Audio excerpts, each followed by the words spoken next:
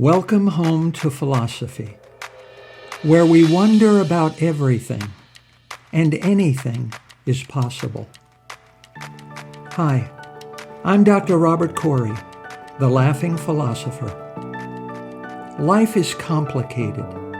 The world is complicated, and you are complicated. Figuring out how to live a happy, meaningful life, guided by wisdom and reason, is not easy. Is life a game? What is love? Should I fear death? Is this a just world? Almost from the moment of birth, you've been told how to behave, how to fit in, and how to fulfill other people's expectations. You fear that you will lack importance or cease to exist in the lives of others if you think for yourself and question the rules and roles you've been told define you. Wisdom and reason will remove this illusion so you can live authentically in the world around you, find your true purpose, and become your real self.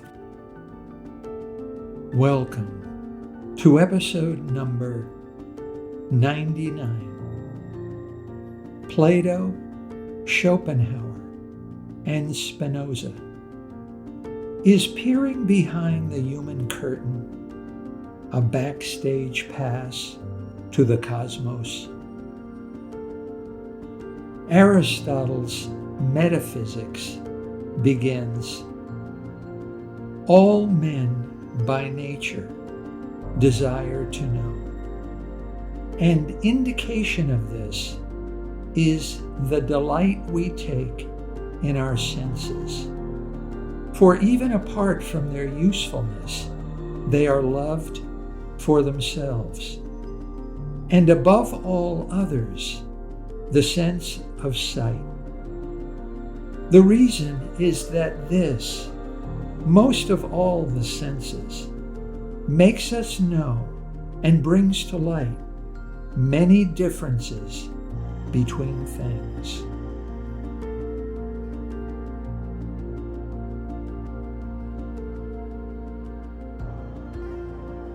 The things which are seen are believed to be caused by things which do not appear.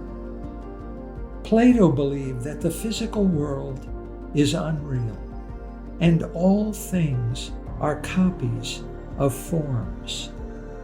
Forms are the non-physical, timeless, absolute, and unchangeable essences of all things. Everything in the physical world is merely an imitation. Every object or quality in reality has a form. Dogs, mountains, colors, courage, love, goodness, happiness, and human beings. Everything has a form. The thing you perceive is essentially or truly the form. Your sense experiences are merely shadows, mimicking and participating in Plato's eternal forms.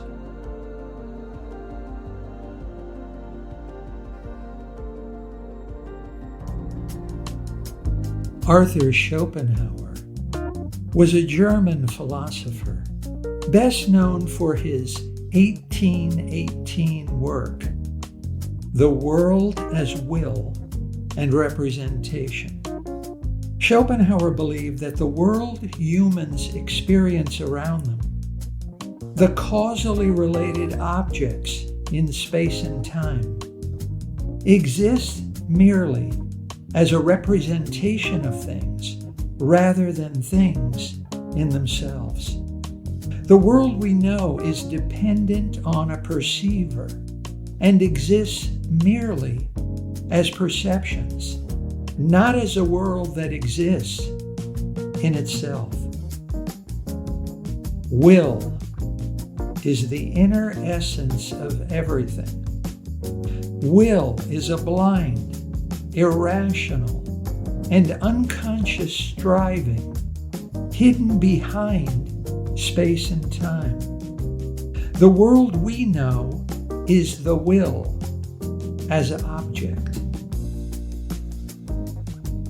Human beings have absolutely no freedom.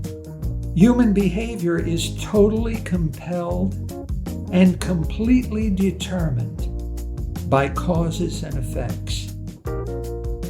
Life is endless suffering.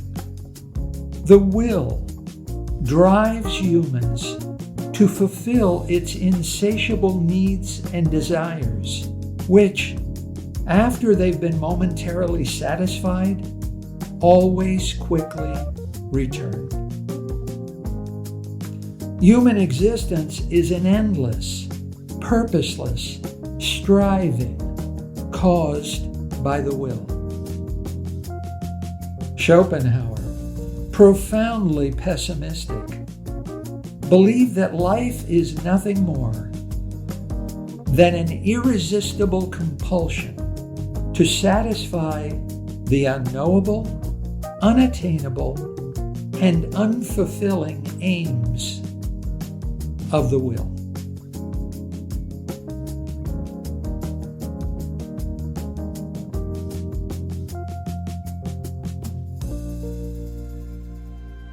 Born in 1632, Baruch Spinoza was a Dutch philosopher.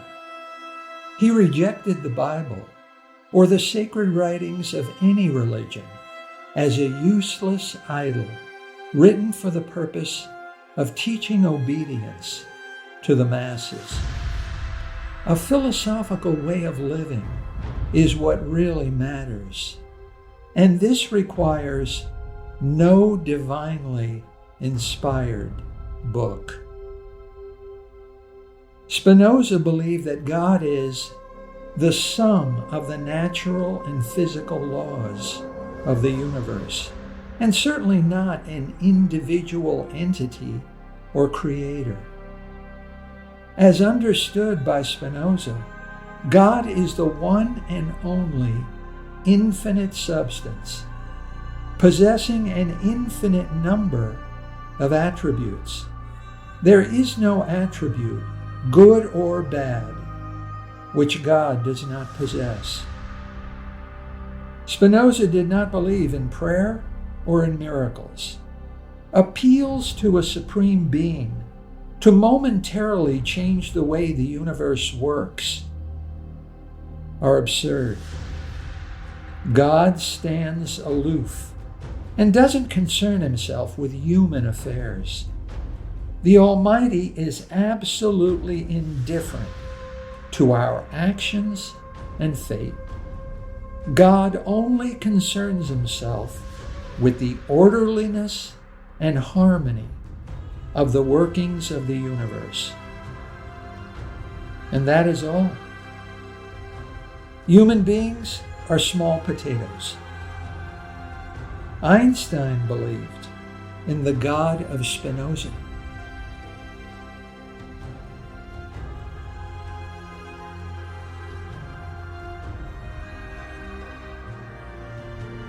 Things which do appear are illuminated by hidden, mysterious things which do not appear. Plato's forms, Schopenhauer's will, and Spinoza's God illuminate and are illuminated by the unseen. I want you to stand in front of a full-length mirror. Carefully examine the image in the mirror. Take your time. Look closely at the thing looking back at you. What do you see? You think you are seeing yourself, don't you? Yet the thing you see in the mirror is not the real you. You can't see the real you. The thing you see is a bag of skin. You are more than a bag of skin. You are more than you think you are. You are more than what you can see, hear, touch, taste, and smell. The thing you really are is not made of things which appear and can be seen. You are more than what appears in the mirror. You are what is hidden behind appearances. It's the thing you can't see that makes you, you.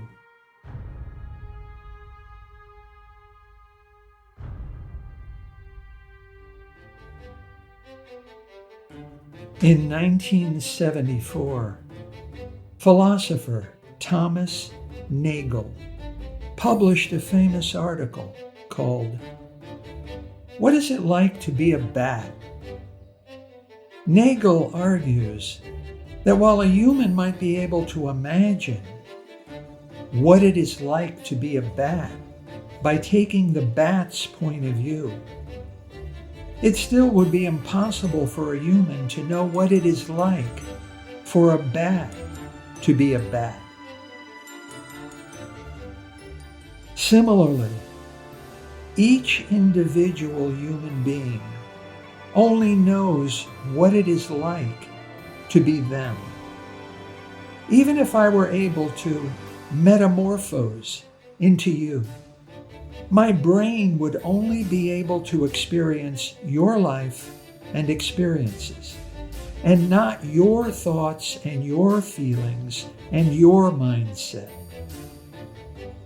While it is possible for me to imagine what it would be like to be you, it is not the same as your conscious, subjective experience of yourself and your world. I still wouldn't know what it feels like for you to be you. Only you will ever know. What's it like to be uniquely you?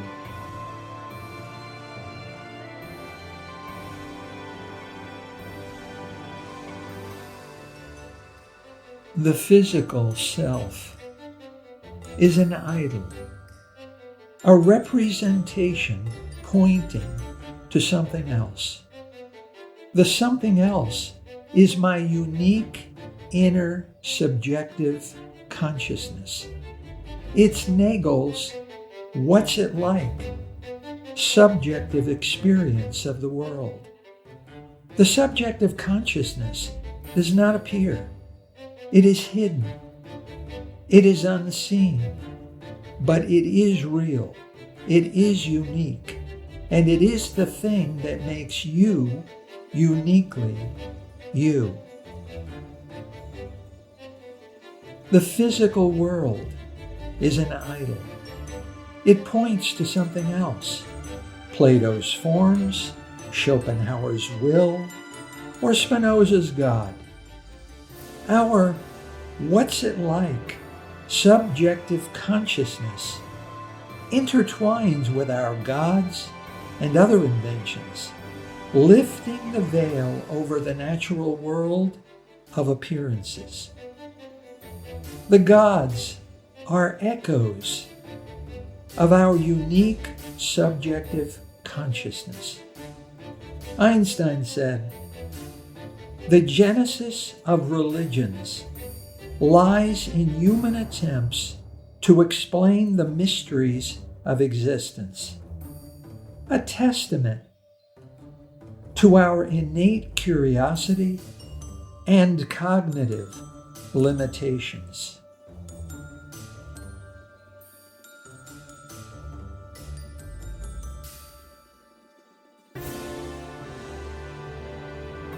Man creates gods in his own image, said Schopenhauer, and religions are mirrors reflecting his aspirations, fears, and moral fabric. Ever wonder why all of our invented gods have the same set of defining attributes? Omnipotent, meaning all-powerful. Omniscient, meaning all-knowing. omnibenevolent, meaning all good, omnipresent, and omnitemporal, meaning present everywhere at all times, neither time-bound nor place-bound, free of sin and shame and guilt, free of the suffering of old age, disease, and death, eternal. Why do all of our manufactured gods have such a strong family resemblance? We craft the gods, and we dress them in the clothes we ourselves would like to wear. In the tapestry of human thought, said Nietzsche, religions emerge as threads woven by human imagination, not divine revelation. Jesus was the tip-off. If a God can become a man, then man can become God.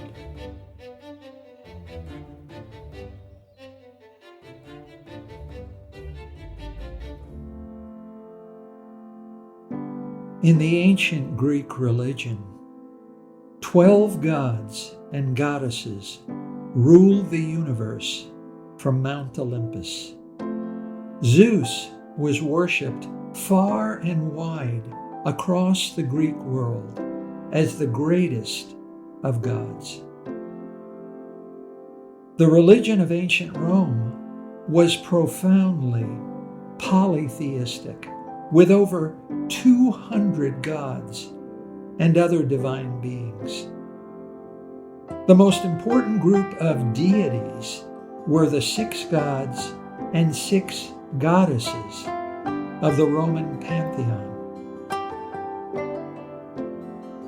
Shintoism is the largest religion in Japan today, practiced by nearly 80% of the population. Shinto teaches that human beings are fundamentally good, but can be made to do bad things by evil spirits. These spirits exist in trees, animals, oceans, mountains, rivers, in human creations such as cups and musical instruments, and even in human beings themselves. These spirits control the forces of nature and can be influenced by prayer and sacrifices. The assertion that there are exactly 8 million gods in the Shinto religion simply means there are too many gods to count. Some Hindus believe there are 330 million gods. Some claim it's closer to 6 million. Others say it's closer to 30. The exact number of Hindu gods is difficult to prove. Ancient Hindu texts, known as the Vedas, mention a total of 33 gods. Basically, Hindus just don't know the exact number of gods Hindus worship. Humans cannot make a sunrise, so we make gods by the dozens to explain sunrises.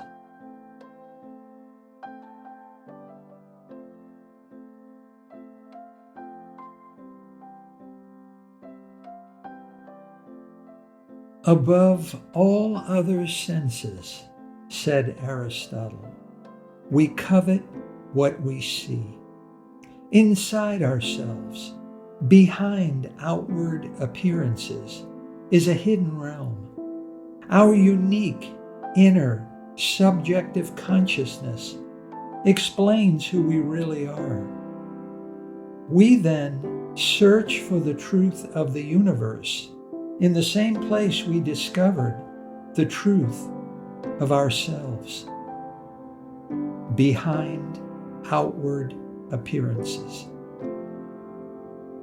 Religion is a tale of gods born from our hidden, subjective consciousness, human and divine threads weaving a tapestry of belief. All of the gods can't be real, but all can be true. True as divine explanations of the cosmos, hidden behind the supposedly false world of observable appearances. Sam Harris said, "To recognize the man-made nature of religions is to liberate oneself from the shackles of dogma and embrace the pursuit of knowledge and understanding."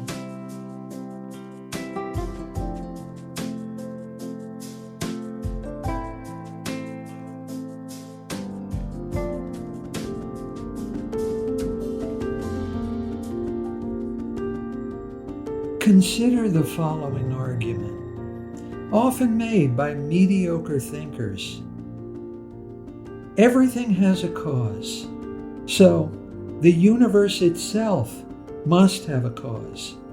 And what could have caused the universe to come into existence? God must necessarily exist in order to explain the existence of the universe. If every sheep in a flock has a mother, does it necessarily follow that the flock has a mother?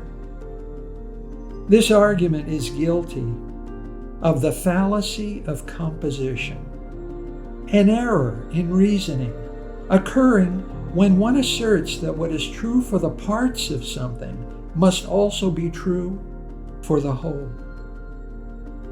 It involves incorrectly attributing the characteristics of individual members to the whole group and leads to mistaken conclusions, especially when applied to a complex system such as the cosmos. If every brick in a wall weighs 5 pounds, does it necessarily follow that the wall weighs 5 pounds? The assumption about causality is a generalization based on our everyday observations within the universe and might not seamlessly apply to the universe as a whole. The divine nature of causation on a cosmic scale might not so neatly align with our everyday observations. If I stand at a football game, then I will be able to see better. If everyone stands, then will everyone be able to see better?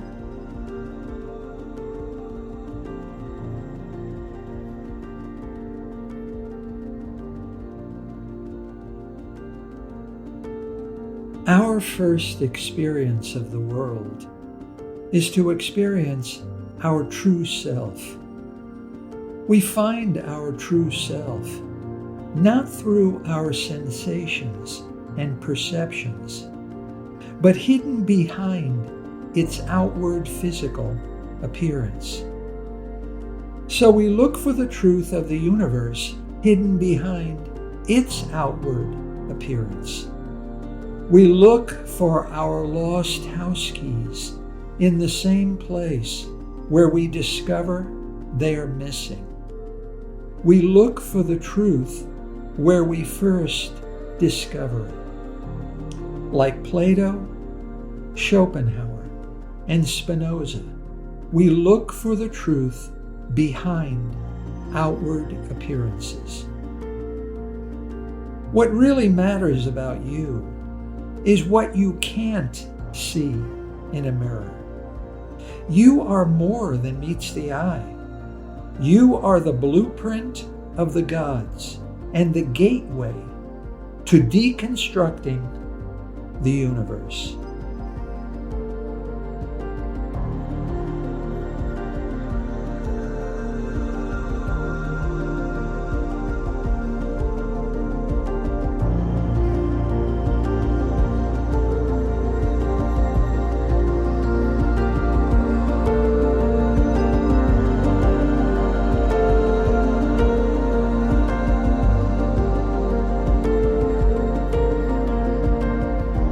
Thank you for listening.